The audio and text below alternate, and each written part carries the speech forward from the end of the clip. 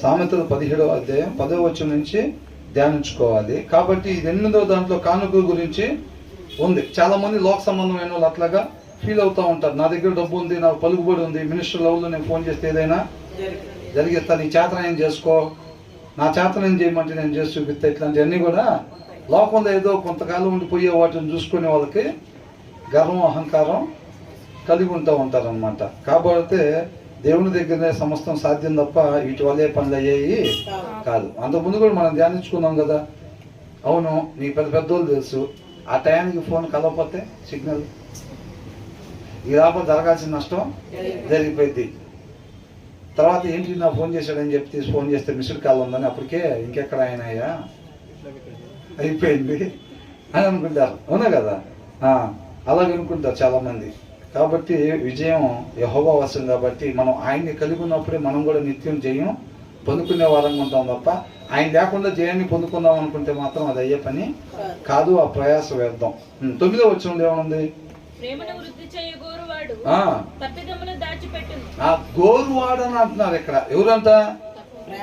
అలాంటి ఉద్దేశం ఏమి లేకపోతే వాళ్ళు తప్పులేం కప్పిపుచ్చాల్సిన పని ఏమి లేదు. ఎవరంట? మళ్ళీ ఒకసారి చదవండి. ప్రేమనంట వృద్ధి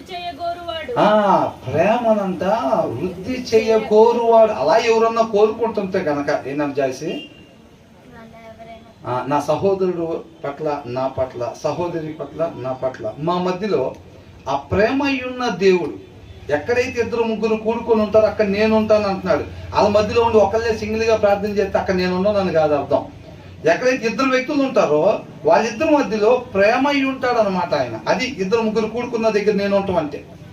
అంతే తప్ప అయ్యో నేను ఒక విషయం గురించి ప్రార్థన చేద్దాం అనుకుంటున్నాను, నేను ఒక్కనే చేస్తే దేవుడు ఎండ కాబట్టి ఒక 2కు ఫోన్ చేసి మీ 2 కూడా వస్తే మనం 3 కూడుకొని ఉన్నట్టు ఉంటుంది. కాబట్టి మన 3 ఉన్నప్పుడు నేను చేస్తే ప్రార్థన దేవుడు దాన్ని ఆలకిస్తాడు అనేది కాదు. నువ్వు రహస్యంగా వెళ్ళి తలుపేసుకొని ప్రార్థన చేయమన్నాడు. మరి అక్కడ 2-3 కూడుకొని ఉంటారుగా, ఆ ప్రార్థన ఏందా?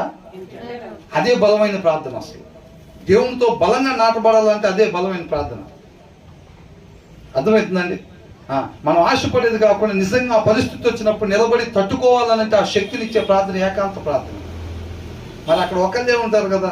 కాబట్టి మనం వచ్చినాన్ని తప్పుగా అర్థం చేసుకోకూడదు. 2-3 కూడా ఒకళ్ళు ఉన్నప్పుడు ప్రేమ చూపించడానికి ఉండిద్దా? ప్రేమ చూపించాలంటే 2వ వ్యక్తి కావాలి. అవునా కదా?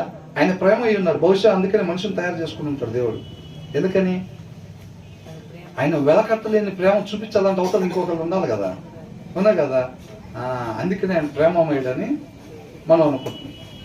కాబట్టి ఏంటంట 2-3 ఉన్న దగ్గర ప్రేమ